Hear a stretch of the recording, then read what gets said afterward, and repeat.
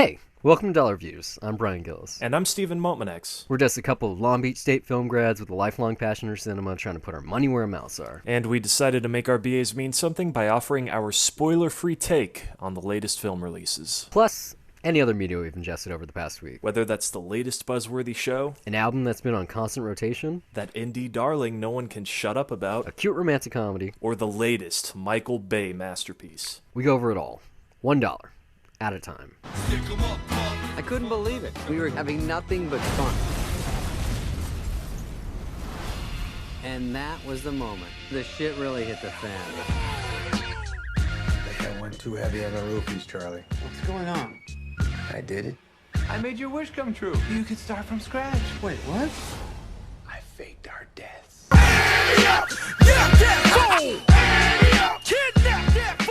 Just a mark of how ubiquitous the Ridiculous Six is. When I saw The Nice Guys, there was a trailer for the new Magnificent Seven, and someone hit their friend in the shoulder and said, "Huh, like the Ridiculous Six," and I grunted so hard. I couldn't believe they didn't say the Hateful Eight. They thought that, at least I assume, that the Magnificent Seven was a titling because of the Ridiculous Six instead of the other way around. But whatever, stupidity's out there. People see this movie. We saw this movie, and I'm sure a lot of people did. I wish I had a do-over on that, by the way. This is the second of 4 Netflix duos with tandems with Happy Madison. If you haven't been following these things, people. I think this is the worst Adam Sandler movie ever. I don't know about that. I really do, because Hotel Transylvania 2 is pretty bad. Okay, no, but I think, that's animation. At least there's some form of effort being put in there. Keyword being effort. This is lazy. I think it's incredibly lazy throughout. You know what? First off, I did not laugh once. By the way, I would rather watch Freddy Got Fingered again. Thank you. That's how much I That makes me feel good. I'm sure it does. See, the passion of Tom Green in that movie, at least he's dedicated, he's going all out. I mean, I may find it obnoxious as fuck, but at least he's fucking doing it. This is so fucking lazy. It's not even horribly bad or anything in any moment. It's just embarrassing. It's just nothing's going on. Okay, I mean, the moment that I just kind of realized I was absolutely gonna hate this movie throughout is just there's a vomit joke in there where David Spade just that was so horrible. Yeah, no, he literally just turns at the side and it's just a vomit sound. It's like, no, you see wow, something there, but no, this is so fucking amateurish. Like they just don't give a fuck anymore. It's offensive to just as an audience member. Well, not an audience, but a viewer. Okay, as a viewer, yeah, that they're just not taking the shit seriously at all. Fuck this movie, man. Let's be honest Seriously, here. Fuck this This movie. was Adam Sandler and his friends wanting a free paid vacation to Puerto Rico on Netflix's dime. Of course. This is what that was, 100%, because, like I said, the first 25 minutes, I was totally for it. There was an actual intro. It's not like Pixels where it's oh, by the way, Kevin James is president. No, it starts slow. There's a couple of jokes, but it's not trying to make you laugh out loud. Adam Sandler and Spade, they're really relaxed. They have good chemistry. It's oh yeah, I've seen these guys throughout the last 20 years on SNL, and then you get this whole everything is the same. Our lives suck. Here's a high school reunion, which is a good thing. A lot of films, especially recently and throughout history, that are great comedies. You got Romy and Michelle's High School Reunion. American Reunion, the American Pie movie, Grosse Point Blank, last year's The D Train. It's a good setup, and that's not the movie. It turns into a shit show. I think where I really just went, why the fuck am I watching this, is where David Spade goes, as a bank manager, and no, I do not work at a grocery store. I'm a bank manager. I have access to a site to find where this key that was up some guy's butt goes. They don't fucking care at all. I mean, they're really. It's not funny, but there's no internal logic. If this was actually kind of funny, I'd forgive that. But they just don't give a shit. They're just making shit up to get from point A to point B.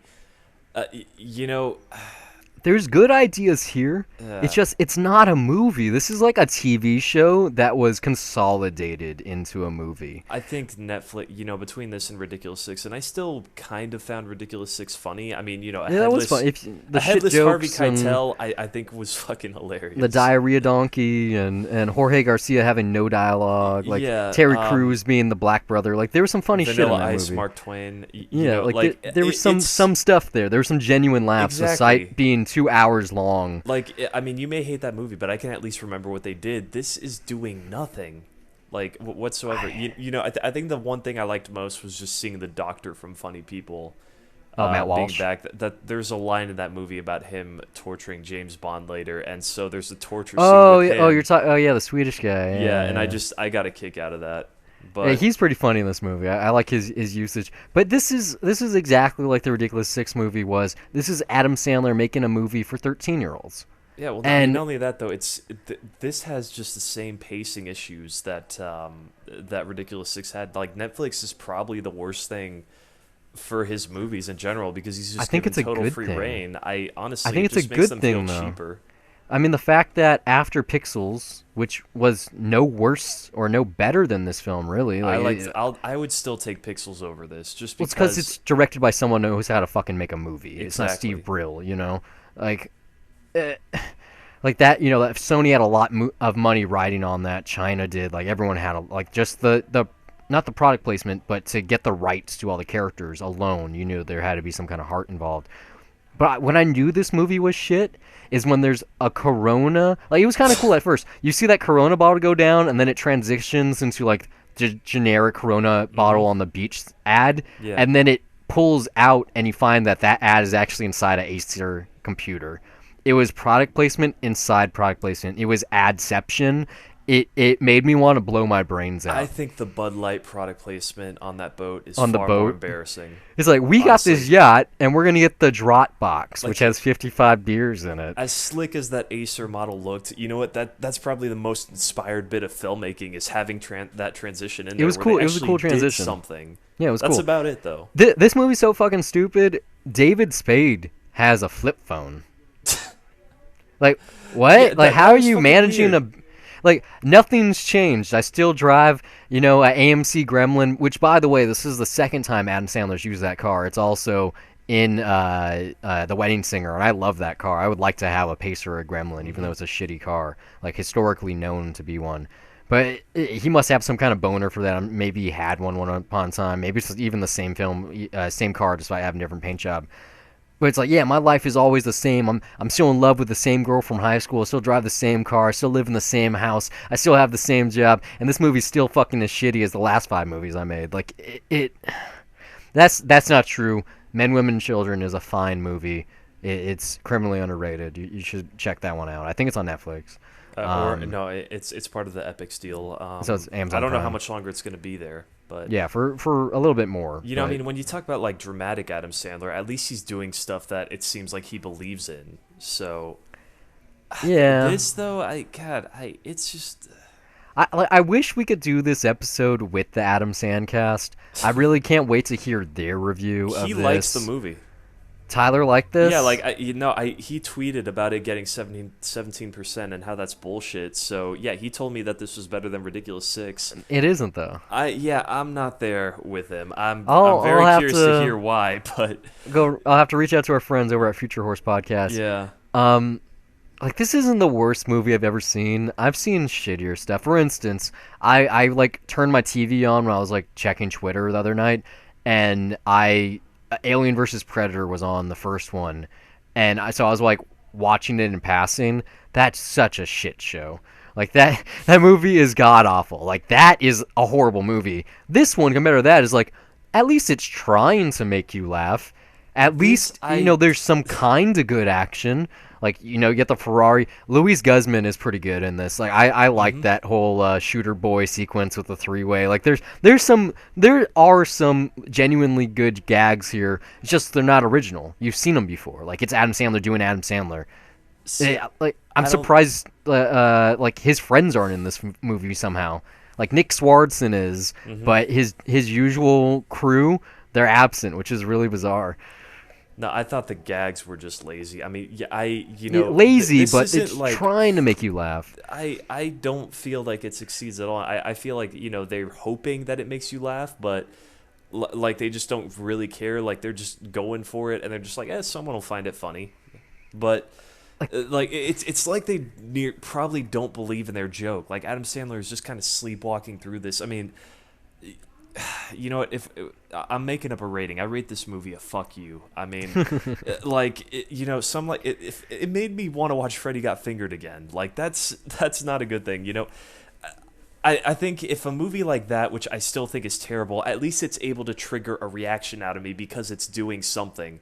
When a movie comes out like this and it's just doing nothing and it's being really fucking lazy about it, then it's like, wow, fuck you. You're giving me nothing to react to other than just your lack of effort being put in. I'm sure some people, if they don't catch the RoboCop reference, might ridicule the "I'd buy that for $1" rating we have on this show.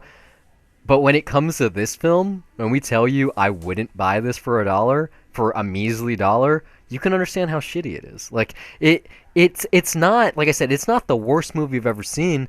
But yeah, like Steve said, the Sandman is sleepwalking. And that's how his career's been for a while here. He's somehow STX Entertainment is making an animated feature with him. Like, why? Did they not see Hotel Transylvania 2? Like, did they not see his Netflix movies? But it's like, at least in that, he's doing the accent. He's putting effort into that blah, character. blah, blah. Even in fucking Ridiculous 6, a bit less so, but at least he's doing the accent. Or, I don't know, what was he playing? He was playing like a half Indian. Yeah, he's half Indian, yeah. Yeah, so I need a little bit of effort there. If anything, this film made me want to watch The Cobbler to see how bad that could be. Like, he's good in that for what he's supposed to. That movie has problems beyond him. I'm gonna take a walk in someone's shoes, literally. Like, oh my god. Once upon a time, this was the funniest guy on the planet. Mm-hmm. Like the Happy Gilmore, Billy Madison, like Wedding Singer, 50 First Dates, like that 10 years right there. He was one of the most bankable comedic stars. He was one of the big successes from Saturday Night Live, and now. Like, you look at Happy Gilmore, like, there's this angry energy there, but, it's like, it is there, and, like, you can get into it. Now he just seems very tired. He probably is tired from being that guy for so long. Like, yeah, I mean, it's just, especially when it comes to technology, like, he is just so jaded on everything. I mean, you look at, I don't know, shit like Pixels, I'm pretty sure there's some moments in there where he's telling the kid, like, wow, you're playing video games all day. We used to go up and play on trees and stuff. That's what all that Grown-Ups was. I didn't see either of those. It seems like that's just those are his personal beliefs. Even that's probably why he signed on to something like Men, Women, and Children.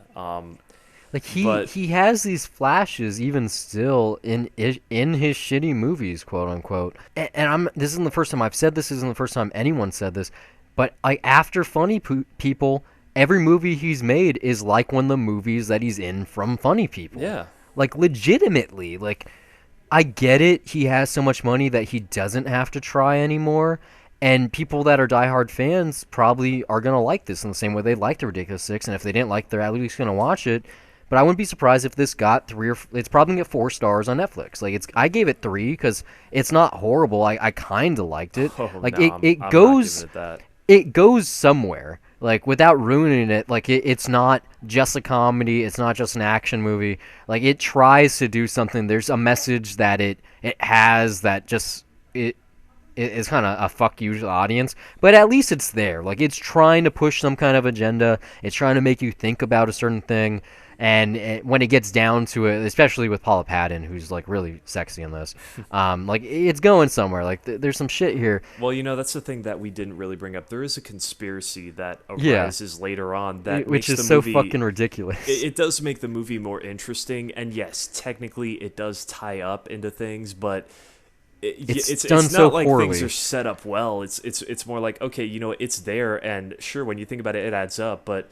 Then again, I couldn't invest in it because I didn't give a shit about anything that was happening earlier. But why does this movie even made the have movie a little bit better? I'll that's give what I'm it that saying. much Like credit. it had something going for it. But like, why was David Spade narrating this thing? Because it's his story. That's why. But how is this an Adam Sandler movie and he's not the central character?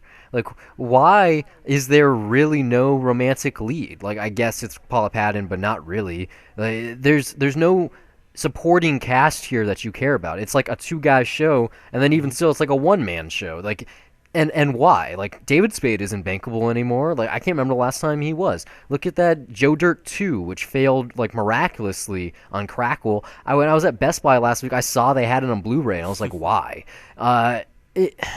They're basically two has-beens who wouldn't get the movie made unless Happy Madison existed, and Netflix really needed some kind of star power for their exclusive films.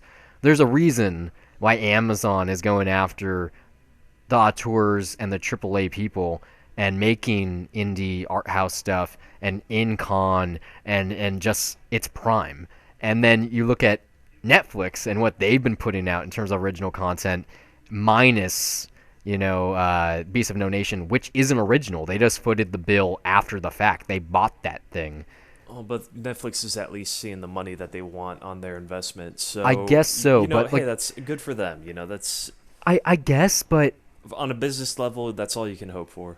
Like that's why it's Netflix. Like, at home, the fact that I didn't pay money, instead of go seeing X-Men, I stayed home and I watched this because it was free. And for being free, you lower your expectations. For being on Netflix only, you lower your expectations. And even still, this was below. Like, it didn't reach what I thought it was going to be. Because I saw the trailer for this, and I thought it, legitimately looked kind of good. Like, I was interested. I like David Spade. I love Dickie Roberts, former child star. And I was hoping it was good. Someone I know, one of the Jews I know, is actually an intern at Happy Madison, and he worked on this in some capacity. And it's like, when he goes to work, what's he think about this shit? I know he went to the premiere in Hollywood. It's like, is he ashamed after the fact when he saw this finally, or does he think it's good? Because there's got to be millions of people out there that enjoy this film, and I'm sure Netflix is going to say it surpassed the ridiculous 6 numbers, and I wouldn't be surprised by that. But it's kind of a shame, because for how much talent he has, as not just a comedian but as a filmmaker, that he's willing to put out something of this quality. It's like, well, that's why Sony severed your deal.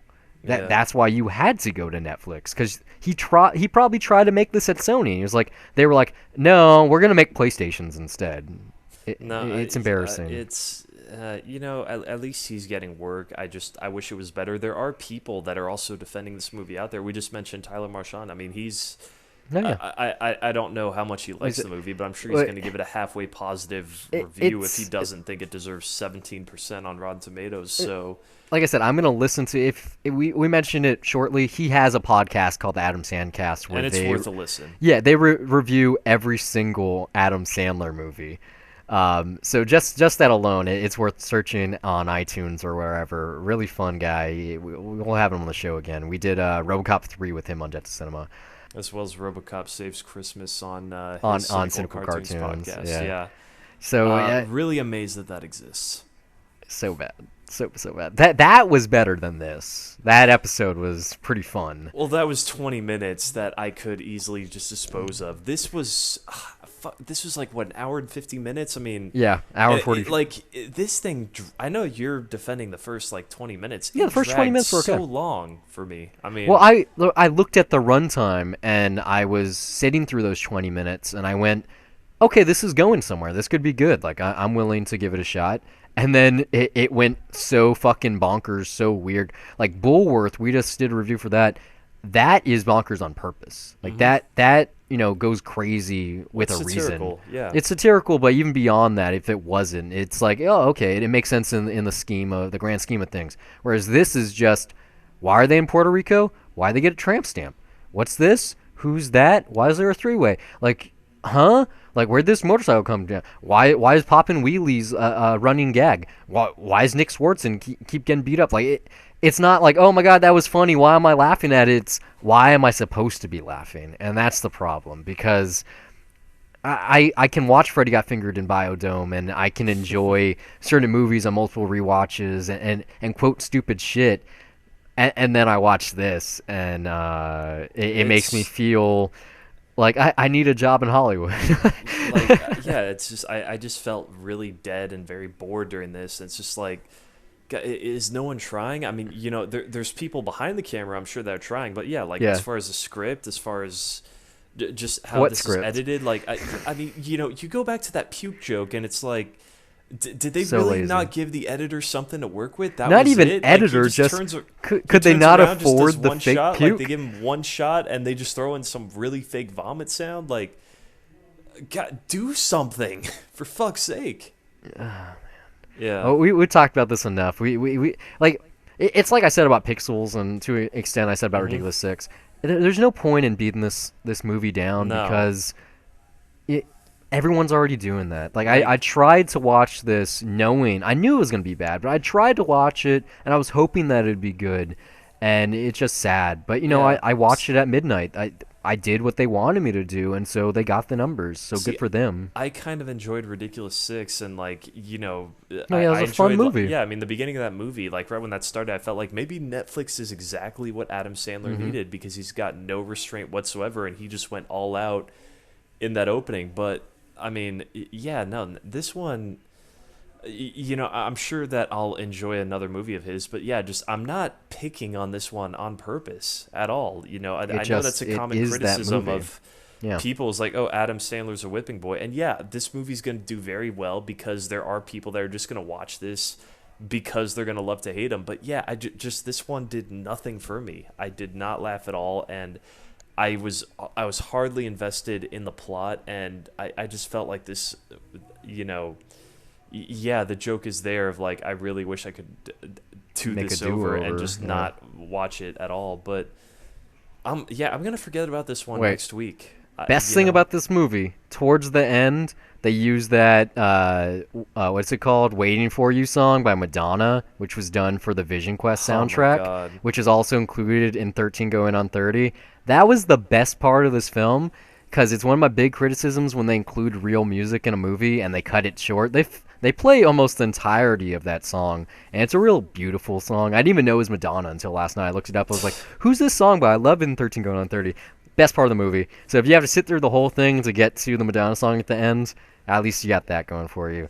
But let's move to something. Yeah, moving on. This some is more a big important- one because Yeah, you've been shitting on it for a I haven't long, been long shitting time, on it. but I've you been- have not been looking forward to it.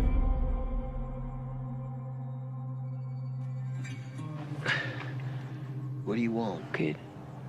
It's about my dad. I want you to hurt him. You know it's a sin just to ask me that. I know.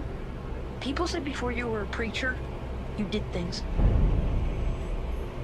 How hurt you want him? How far to go? Problem is, your daddy's a big fella. He's gonna fight back. Things will escalate. That's what these things do. They escalate. And violence makes violence. Makes nothing much at all. Preacher! Enough. I mean, we did do a live review of the initial trailer on 2 Cents. I don't know what episode that was. Let's be fair right away. That trailer versus the scene in the actual pilot, totally different in context. Which scene? Feels completely different. Yeah, the scene where Jesse's talking to the kid. It whatever. feels That very, very fuck different that in trailer. context. Okay, forget the trailer. Trailers are Okay. bad for a reason.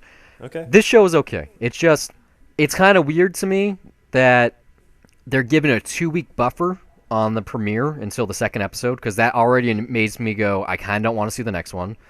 And it also makes us have to review just a one-off episode, which is kind of the point, I guess, because it is a 90-minute pilot. It's pretty long. That was only an hour. Well, it's like The an one on- actual. It's an actual hour though. Like, it was a 90-minute block. Like 60 gotcha. minutes of a TV show when it's supposed to be 42 minutes is a lot of content. Mm-hmm. And yeah, I've been giving this show a hard time just because I was against its being greenlit on AMC. I've read the comics. I love the series. I own them on trade paperback. One of Vertigo's best things, which is a DC property, mind you. And I'm kind of against AMC, especially with their yay, go Walking Dead thing. But as much as I didn't want to like this, I kind of did, and I'm hesitant to say I loved it because like I said, I still have to see a second episode. I have to see. That's the thing, is that what's weird about reviewing a pilot is that it's a pilot. It's an opening, yeah. So it's like, well, what do I say? I mean, I support the changes they've made to the characters and the characterizations in Anvil, Texas, and most of what they've done. But at the same time, I'm really hesitant to recommend it to other people. Like, I want to see another 2 episodes. I want to see where these initial plot lines are going to lead, because I know where they actually lead. But, for instance, how did they change Arseface's story to why his face looks like an arse? Like, they set up certain things like the Butcher, which is in the 3rd volume. The way that Cassidy and Tulip and Jesse meet is completely different, but then the Word of God is used for the first time here in a way that's way better than the first time in the comic. Like, there's certain things here, and then on top of that, you have really the best thing about this show so far is the fucking kick-ass choreography. Way better than I would expect Basic Cable to be. And just really gnarly, like that bar scene in particular, absolutely. and the plane sequence was awesome. Like, really, really awesome. But I don't, the loose threads that are there. I'm not too excited about the future. I will tune in for another week or two, because I've been watching Gotham for 2 seasons now, so I don't really care about comic book shows if I care about the characters.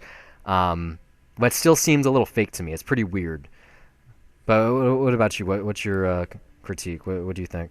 Especially since you have no background with these characters or the comics. So I just came out watching this like a pilot, and that's my best reaction to this is that, okay, I'm not going to stick with it right now, but when it hits Netflix and I just have the free time and I can binge on something over the course of like a few days, then yeah, I could very well follow through with it, unless I really hear just from other people that I shouldn't. But there was a lot that I really, really dug here. I love the opening. That first scene the in Africa thing?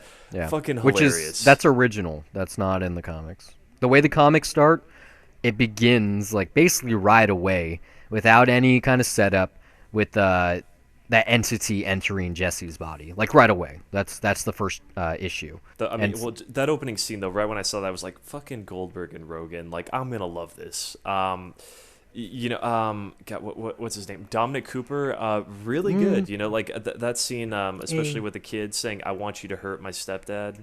He's good in it. Wait, is it dad or stepdad? Dad.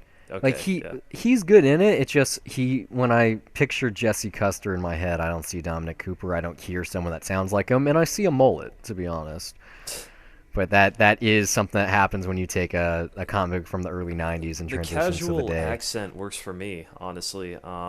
It's okay, but then you get Tulips, and hers doesn't work as much, and I kind of don't buy them as ex-lovers at all.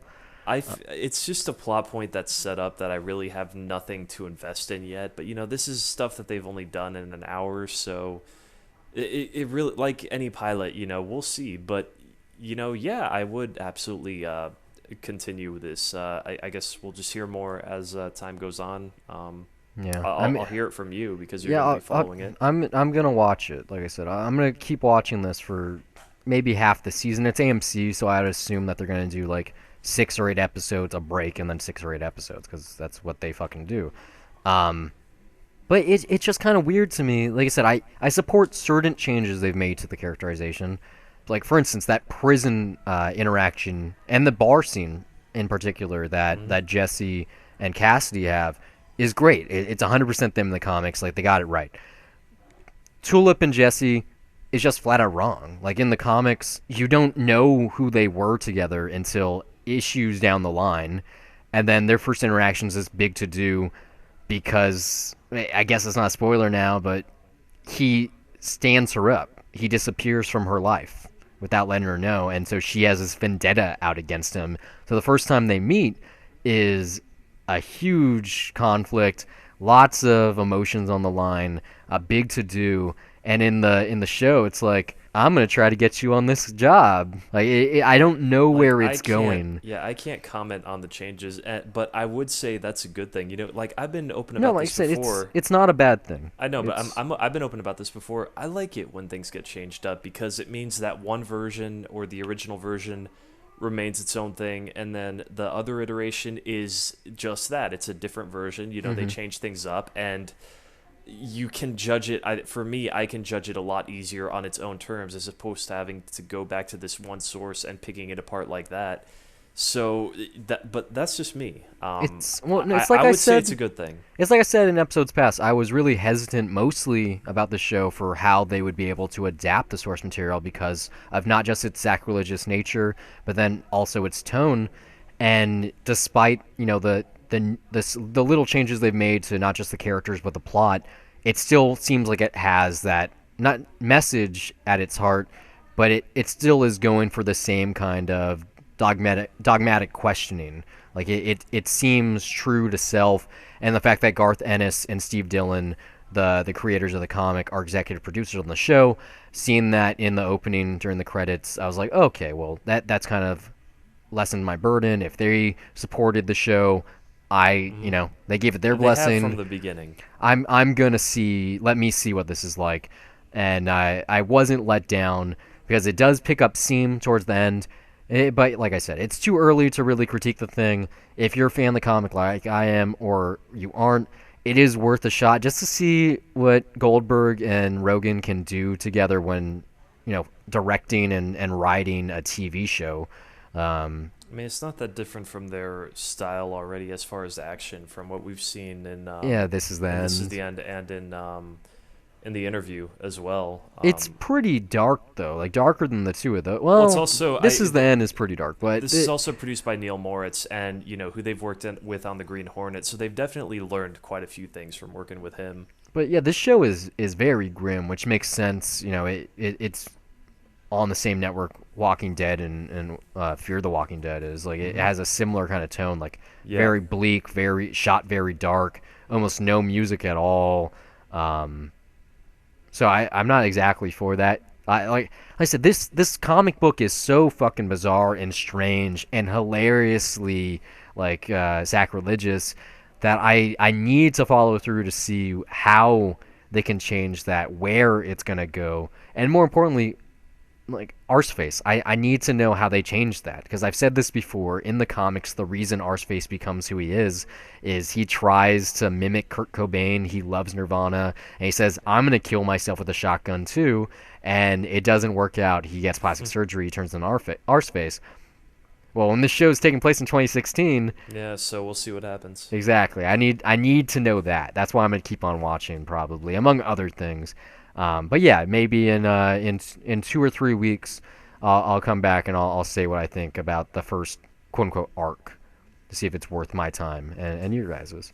But you caught the newest X-Men, even though I haven't yet, or probably won't. I almost did last night. So how was it? Tell us about it. I don't know what other people are gonna think about this. I just know that it has like a pretty even 50-50 on Rotten Tomatoes. This is my second favorite X-Men movie. X2 is your first, I'm assuming. Yeah, but at the end of the day, though, like straight up, this is just another X-Men movie. Like it doesn't. There's always another X-Men movie, unless just- they have time travel. Okay, no, but I mean, this is more along the lines of, I think, something like X-Men First Class, where it doesn't do anything to enhance the world at all whatsoever. It's This introduces another bad guy. yeah, it's it's just another episode with these characters. The Yeah. villain has no great depth. It's just a simple good versus evil conflict. Yeah. It's a popcorn movie. There's not much talk about it. Yeah, so I mean, what I would call this, this might be a weird way of putting it, but I would say that this is a PG-13 kids movie. And I mean, that's, because it is basically just that good versus evil logic, Yeah. but it's PG-13. So, this is that movie where if I am a little kid and I'm watching it, I would love it, because I don't know about you, but when I did see stuff that was PG-13 and it felt more violent to me, and I had parents that had restrictions on what I watched, so I would take whatever I could get. But when something was a little bit more hardcore, it would feel more serious and much more impactful to me, because like it's like I'm not being talked down to, and like there's just almost something that felt more raw about it. It's weird to say that about an X-Men movie, but it really hit my buttons just in that way, and I freaking loved it for it. Like, this is my favorite blockbuster of the year so far. It's definitely not the best one, but like I had a great time watching it, and I really did feel like a kid seeing it. Like just little things like too that I love seeing, like just like there's a scene that uses Beethoven's Seventh, which anytime that's used cinematically, I kind of just fall for that.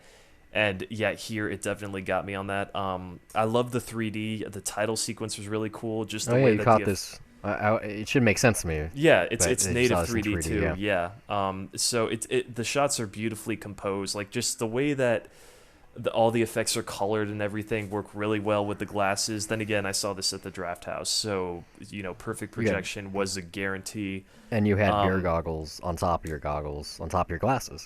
I mean, yeah, the title sequence is cool. But by the way, if you know that a theater is playing like 3D the right way, go see it, because the Quicksilver sequence in this alone is worth it just for the price of a 3D ticket, honestly.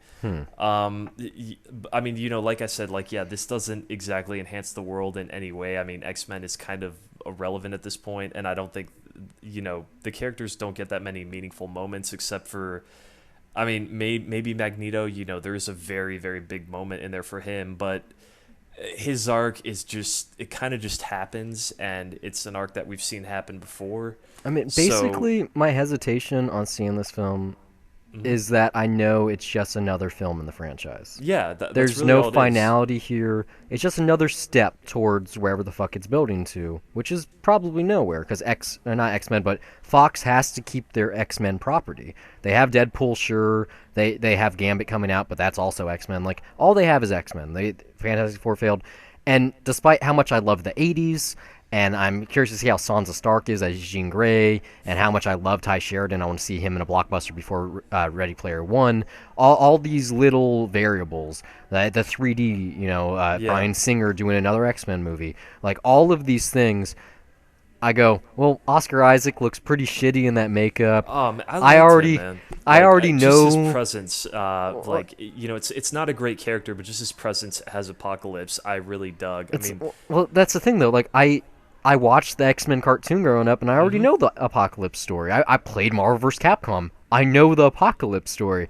Like, it's really not that much different than Blade Trinity. I know you haven't seen that movie, but here's the first mutant. In Blade Trinity, here's the first vampire. He's the strongest mutant, aka vampire. We got to stop him with our whole team here. No, I hear what you're saying. I mean, this is not at all an event blockbuster at all, as much as they would like to build it up to be. And I don't even think that they're trying that hard, because the marketing for this is really, like, it's been absent. I mean, at least from what I've been seeing, because I've been seeing nothing at They all. did some cool stuff on Snapchat. You could do filters, so you would become Beast or Apocalypse, I think maybe Mystique, and then also you could buy tickets through Snapchat in their Discover tab. So they tried doing new things in social media, but yeah, I mean the TV spots and the trailers and the billboards haven't been that impressive. Yeah, no, I mean, it's not like they were hyping this up like Civil War or anything. No, well, they couldn't. That's what they did with Deadpool. Like Fox has already made so much money. Was a far more brilliant marketing campaign. Yeah, but what I'm saying is they already made so much money with Deadpool that this was their, after that success, this is their, we're gonna get more money than we already got. They already cut their losses, so X-Men can't fail. It doesn't matter what the critics think. The people that love the franchise are going to go see it. The people that don't aren't going to, and then people like me, they're going to wait for HBO, because the way I see this, it's like, if I don't go see this in theaters in 3D, I'm going to get my PlayStation VR in October. This is going to be on home video in October. I can watch this in 3D on my VR headset, and it's going to be probably a better viewing experience than in the theater. So I really... I beg to differ, because my sound system was fucking perfect. Okay, sure, but I'm going to be watching it with 3D sound with my Sony, studio monitors Just in saying, my 5.1. I mean, this was a great experience at the theater for me. Like, just even my brie and onion jam burger was really fucking good. So, like, yeah, there were several factors in there for me, but yeah, I mean, this was like, I rarely get this feeling just of like watching a blockbuster as a kid, and so yeah, like this really hit all those buttons for me. It's not a big blockbuster at all, but it was a ton of fun, and it's probably going to be the same way that I enjoyed Ninja Turtles 2 next week, honestly. So I do want to see that. Yeah, Every time I so, see a spot for that, I like that. like yeah, I just that childish fun, like it comes across to me, like it's just hitting me, and I know that people like to knock on that first movie, but I still see the cartoon. Like No, yeah, like I really, we both yeah. like that first movie. I know. People just on the internet don't want to see it because they associate their childhood with the Ninja Turtles and the cartoon and that first series of live-action movies. It's like, motherfuckers, it was based on a comic book that you've never read, so you can't say it's a remake because it was already an adaptation of something that you didn't have any association It's with. also based on a toy line first. Like that's Well, originally yeah, what it went comic books, then toys, No, it was then toys first. whatever the fact is. I'm just saying it's just part of pop culture. It's not special because you had it. It's just like the Power Rangers, which the Lionsgate is trying to make into a 7-movie franchise or whatever. People get very Cool. attached to Like, things that they grow up with. Power Rangers was an American adaptation of a Japanese show. All they did was put the teenager stuff, they filmed that, and then they cut it into the superhero stuff that they already had from Japan. It's not ours. It was never ours. And it's just a thing. And X-Men is just one of those things. Like, it might be weird for our viewers if you're a regular of our show. We almost always, rather, review the superhero stuff. Did Civil War, Ant-Man, Batman Well, that's vs. 'cause Superman, that's almost all that gets Deadpool. made. It's a at lot least of on what a gets blockbuster made. level, yeah. I'm just saying it might be weird for our listeners because I usually join you and we do a joint review. Like, this show should have started with X-Men Apocalypse. It's just, I already gave Fox my money for Deadpool, and this one didn't seem like it was worth my dollars. And it's not like I'm poor or anything. Yeah, I mean, I'm not but- gonna recommend this one out to people. Like, Yeah. like if someone asks me what I think about it, then I'll just say, I really fun, liked I liked it, yeah. It works out. Yeah, for my taste, it works for me. But I think more people will enjoy Civil War, and you know what? That's fine. I'm I'm probably gonna get the 3D Blu-ray of this. I'm probably gonna watch it several times. It's just up my alley. Like I said, when I see this, I'm sure I'm gonna really enjoy it in the same way that I it's a enjoyed fun movie. Days of Future Past and the Wolverine. I enjoy almost all of the X-Men movies Fox makes. Last Stand and the first Wolverine notwithstanding, but just not. I don't have any allegiance to the property or the franchise. I would rather spend my money on something else. No, I hear that. Well, you know what? I guess you did not spend your money on this one already, but for those of you, if you're willing to dive into fucking something Lobster. really, really weird, Ew. one of the best movies of the year. Yeah, first Hands off, it came down, out last hands year. down. Okay, well, one of the best 2016 releases in America. Yes, this movie's really, really fucking weird. It's This film very, is- very surreal. And yes, you reviewed it. I'm reviewing it now. I'm just saying, this film is 100%. I'm a pretentious film goer. No, I like no, art house no, cinema. no, Here's the this weird is not- movie that this I is enjoy. Not at all like Wes Anderson. Maybe you Yes, should it not is. watch Dogtooth at all. No, No, I don't this know. is far more Kubrickian than it is anything like Wes Anderson. No, I'm saying it's zany aspect on love, not It's- the way it's filmed. I think it's very cynical, actually.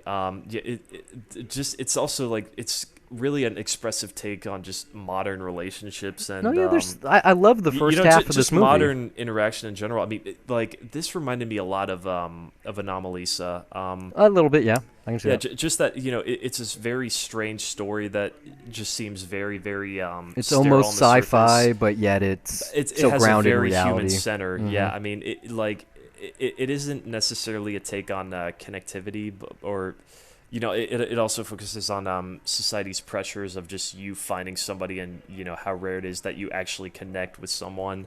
Like I said, I really love. It is very exaggerated, yeah, but I thought it was fucking hilarious, No, honestly. well- And I was with a sold out crowd too. So I was gonna say, yeah. like, yeah, this was just totally absurd. Like, so much monotone humor, like, especially in the hotel, when they show, like, they have their little seminars of what it's like when a man's alone and a woman's alone and, like, what happens. And all the girls wearing the same dresses and all the guys wearing the same suit and they're all eating the same thing all the time. I mean, it's a utopia, like, I think this really does capture just, 2016 or just new millennium connectivity in general in a way that is scary, a very exaggerated, absurd version of it. But it like the fact that people feel so disconnected online right now, like I don't think this is pretentious. Like I could definitely see, like as exaggerated as this is, like people just feeling this this one note in the future.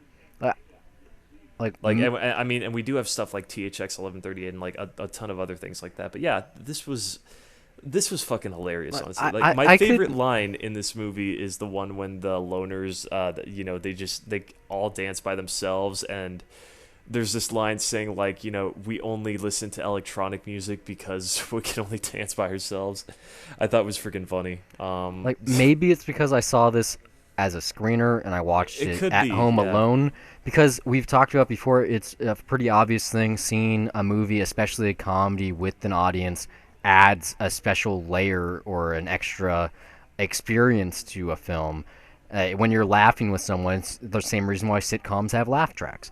Yeah. But there was just a disconnect for me about, like, I don't know, 50 minutes in, because I really enjoyed the setup. John C. Reilly is great in this. Like, most of the cast they're not hilarious, but yeah, it's a fun movie. Well, it's not fun, but it's funny. But it is funny. Like, it is absurd. And you know what?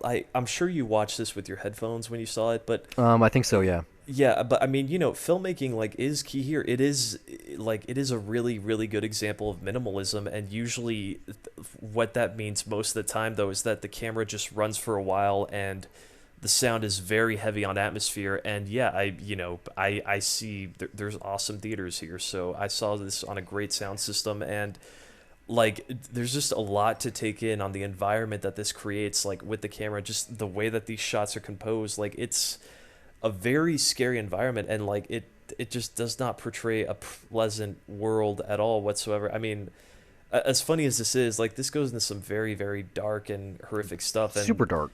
I think that's I don't think it's for the sake of polarizing people. It's just, I do think there is a point to everything, but yes, it absolutely is weird. It's an acquired taste, but like I absolutely thought it was great.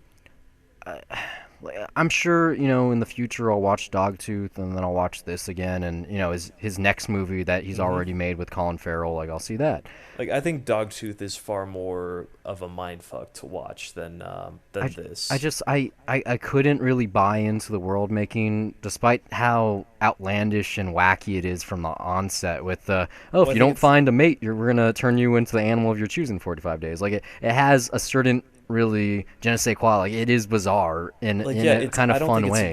I don't think it's about the world making. I think it's straight up satire. It's all in service of social commentary. I think it is about human connectivity today. It's just a very, very exaggerated version of it, and like that's part of why it's so funny, is that it's very uncomfortable laughing at it, because it's kind of true with how absurd the world is today. But I mean, yeah, just, like the stuff that I don't think that this, I don't think it's necessarily, when you explain the concept of like, yeah, this is what happens, is that you get turned into an animal if you don't connect with a person. I don't think that's for the sake of creating a world. It's just saying something about what society expects of you. I liked the stuff before he leaves the hotel. Mm-hmm. I liked the stuff with him and Rachel Weisz, and I liked some of the stuff at the end, but I didn't like it altogether. I didn't like it as a full-on movie. I enjoyed sections. I enjoyed certain gags and jokes. I enjoyed the performances and the art direction and a lot of the stuff that went into making it. It just, at the time, it wasn't the movie for me. And like I said, that could have been because I saw it alone. Like, I don't blame you either, because it is a weird movie, and there were some people around me, like there were these two girls sitting next to me. I don't know why they were watching the movie, but you could tell that their patience was being tested. Yeah. At least, yeah. I saw Anomalisa by myself as well. I think I saw them like a week apart, but that one, it was about kind of being alone and isolated, and what's that's like, and find the right person. Whereas the Like, Lobster, it's also probably the familiarity with Charlie Kaufman's work at that point. Like, you do have a pretty Yes. good idea of what to expect. despite how off-putting that film is, especially with the way it's set up and the characters and the voices and kind of getting into that world and all the things that come along with it, and just the animation itself and how much you stare at it because it's so gorgeous. But the difference here for me is, whereas the Lobster, they're similar in a certain aspect about society and commentary on relationships and what it's like to find someone to be with, and how romance works. But the Lobster, I don't know. No, I mean, I like, just it wasn't I it could wasn't my definitely tempo. yeah, no, and I could definitely see that disconnect going on with people. So I mean, it's, I'm sure that Swiss Army Man is going to polarize a ton of people. When I that can't comes wait to out. see that though. Yes, I seriously want to love that movie. Like, I it mean, I sounds- see the trailer every time I go see a movie right I now. and I'm still just- haven't seen a trailer, and I don't want to. I just want to go I- see it I because want that song that's in that trailer. but Before- it's, before the shit happened at Sundance where people walked out of the screening, when I just heard the premise, it already sounded like the best thing out of the festival. oh yeah, no, and it's, if you have only heard like that one word not one word, one sentence No, I've synopsis of I've it. read not like a full on synopsis, but I'm pretty familiar with the setup and Like, what you've it read is. like 2 sentences basically of what it is. Like, More than that. Like I think I read some reviews. Like I well, know it looks he has like a magic insane. boner and he farts and he's a raft and I get, like, he's a Swiss Army man. Like I get Yeah. it. no, it really looks insane. Like, I can't wait to see it. Yeah, it looks like one of those movies that comes along every couple of years that you're just like, how was this never made before? More like every couple of months in my case. I mean, the New Lobster releases. is kind of one of new those. releases. But yeah, I know. I'm talking about that. It came out last The year. Lobster counts. Not in my book. It was at Con last year. Mm-hmm. It's a pretty delayed release. Con It's already a- ended this year. All right, it's a 2016 release in the U.S. I mean, I don't care what your tactics were. This is still new for a lot of people. It's still living theatrically right now. Its theatrical window is not dead. Well, I just It's still going on. like even despite, because I don't think it's a bad movie. It wasn't for me. I know. Yeah, Like I know. it's made very well and everyone in it does a great job.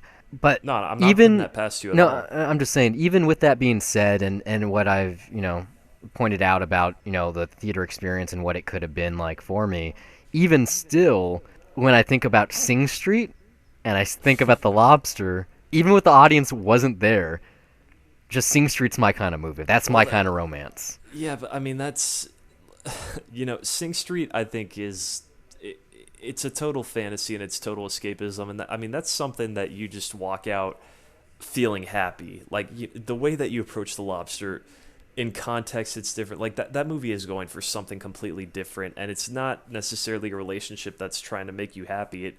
It's more of trying to get you to think about the meaning of it, and it leaves you in a place of really, really thinking about whether, like, not just how the relationship works, but how people work within them, like, for themselves, and if they can trust other people. Like, There's a lot that you can get from might just have- the way that The Lobster ends. I might have described it as being kind of Wes Anderson-esque before you saw it.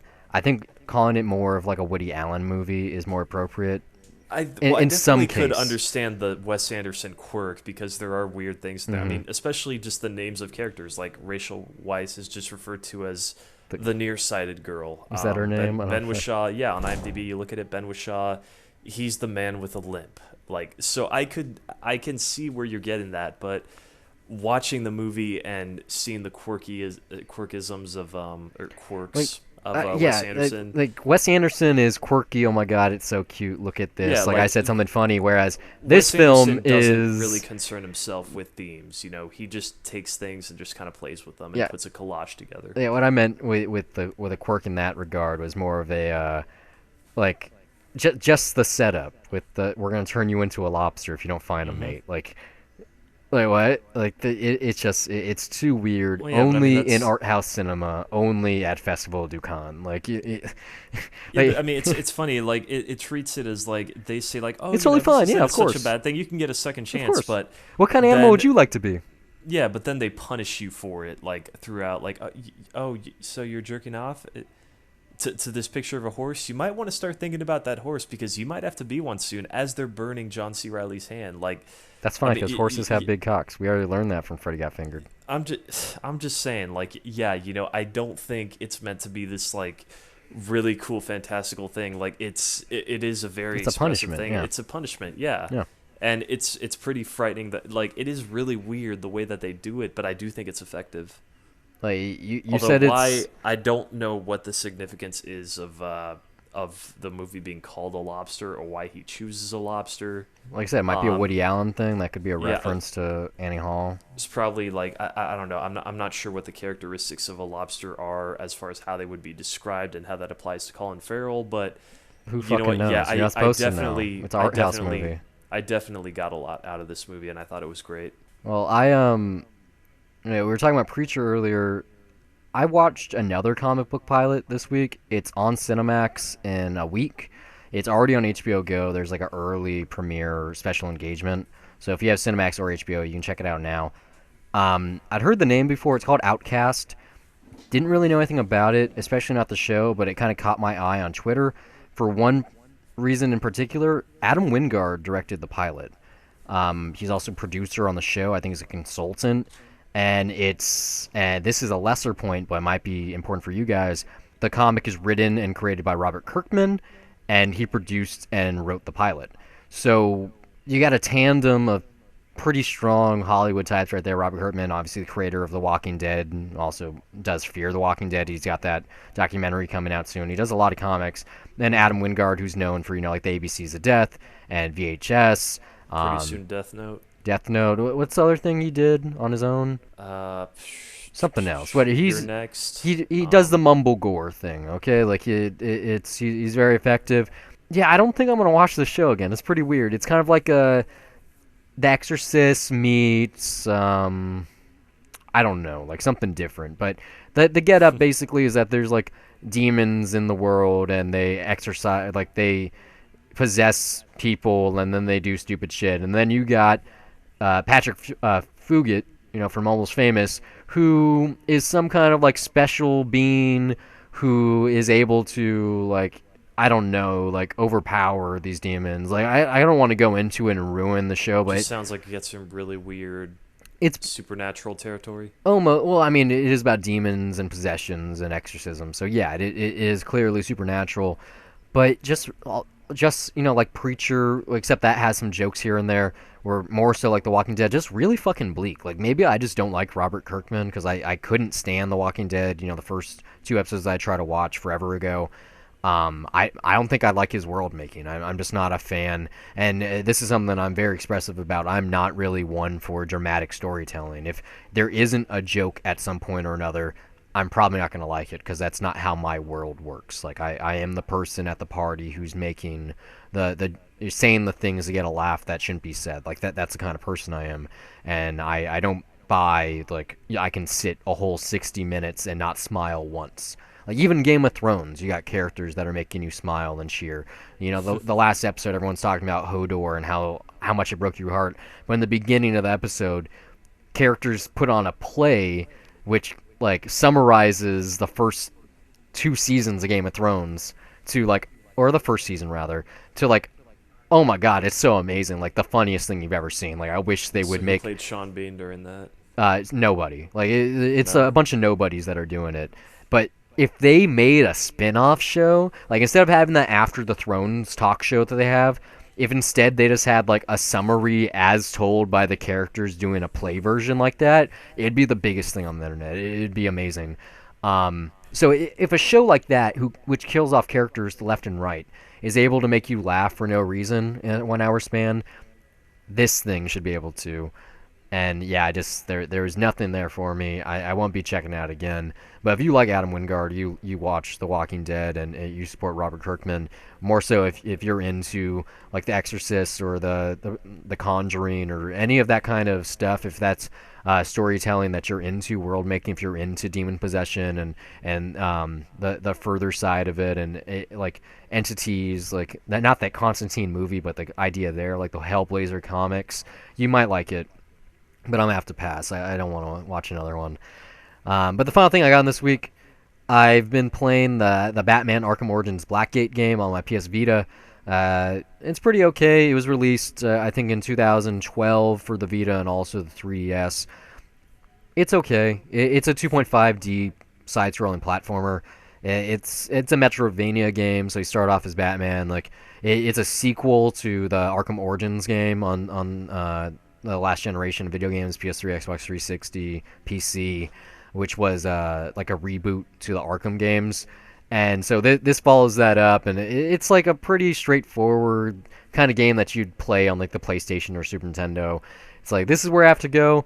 I can't go there yet because I don't have the abilities. I have to keep on walking around till I get those new gadgets so I can unlock those places. And I can go back and I can find secrets and stuff like that. Yeah, it's okay. I might be returning it. I bought it pre-owned. But yeah, it's okay. It's kind of fun. I was playing it the other day and my mom came home and gave me some Batman pajamas. So like I had like a good little like fuzzy feeling in the inside. It does a pretty okay job of translating the Arkham games to a handheld platform. The problem here, like I said, that this was developed for not just the PS Vita but also the Nintendo 3DS, and you can feel that like the power differential between the two platforms is outstanding, and you knew that they were making this to really appease the Nintendo fans, which doesn't make sense because up until that point, Nintendo really hadn't gotten an Arkham game, so it's pretty confusing. But yeah, like the touchscreen usage is pretty shitty, and the gameplay is not fantastic. But it's okay. Like if I was on a plane or on the bus, or if I was like in middle school, I'd probably really enjoy this. When I'm sitting at home on my couch playing it for like a couple hours, it's okay. Like it's not horrible, it's not amazing. It's just like one of those Just other okay. yeah. It's another one of those licensed video games that's just above bad. Like I said, it's not. I'll probably be playing for the next week or so. I'm considering keeping it. I don't know if I want. It's like my thing is I own Arkham Asylum, Arkham City, Arkham Origins, and Arkham Knight physically, and I'm like, I could complete the collection, but it's not good. Like it really is a quandary. But yeah, it could be worse. Thanks for listening. We hope it's been a pleasure. If you like this show and you want to hear more of our wonderful voices on a weekly basis, check out 2 Cents. I'll recap what's happened in film, TV, and tech news. We're also on Debt to Cinema, where one or both of us crosses a title off our list of shame. You can find all of our content at dollarreviews.net. Follow us on Twitter or like us on Facebook at Dollar Reviews. We're available on iTunes, YouTube, TuneIn, Stitcher, and constantly looking to expand to other platforms. If you listen somewhere we're currently not available, you'd like to contribute some talking points, send a Debt to Cinema request, or if you just want to laugh at us, you can do so by reaching out to us on social media or send an email to brian@dollarreviews.net. Or you can email me as well, steve@dollarreviews.net. You can follow me personally on Twitter at Brian Gillis, that's BryonGillis, and now you know how to spell the email too, and also under the same name on the lovely site Letterboxd, which acts as my film diary, where I rate films I'm watching, write the occasional review, and even sometimes compile lists. You can also find me on Twitter at S_MTX, and also follow my film diary at Letterboxd under the same name, where I log everything I watch, and sometimes write brief reviews. That's it for this week. Until next time, keep the change.